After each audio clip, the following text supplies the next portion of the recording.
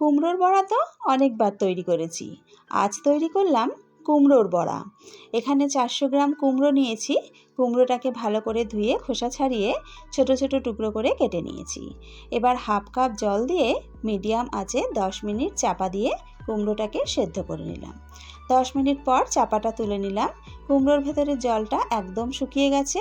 এবার কুমড়োটাকে নামিয়ে ঠান্ডা করে নেব। কুমড়ো কিন্তু খুব ভালো মতন সেদ্ধ হয়ে গেছে। কুমড়োটাকে ঠান্ডা করে একটা পাত্রের মধ্যে নিয়ে নিয়েছি। এইভাবে হাতের সাহায্যে কুমড়োটাকে খুব ভালো করে মেখে নেব। আমি হাত দিয়ে মাখছি, তোমরা চাইলে ম্যাশার দিয়ে ম্যাশ করে নিতে পারো।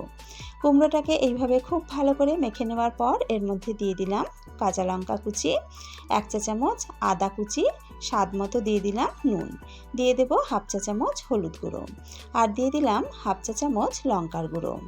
এবার দিয়ে দেব 4 টেবিল চামচ বেসন, আর দিয়ে দেব 2 টেবিল চামচ চালের গুঁড়ো।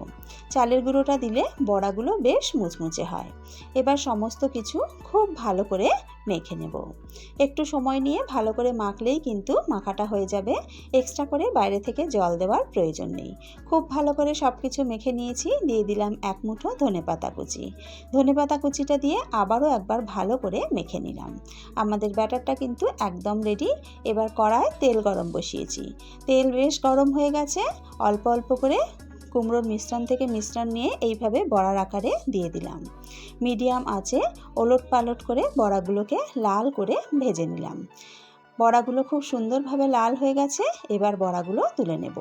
গরম গরম ডাল ভাতে বা শুধু মুখে চায়ের সাথে খেতে কিন্তু দারুণ লাগে।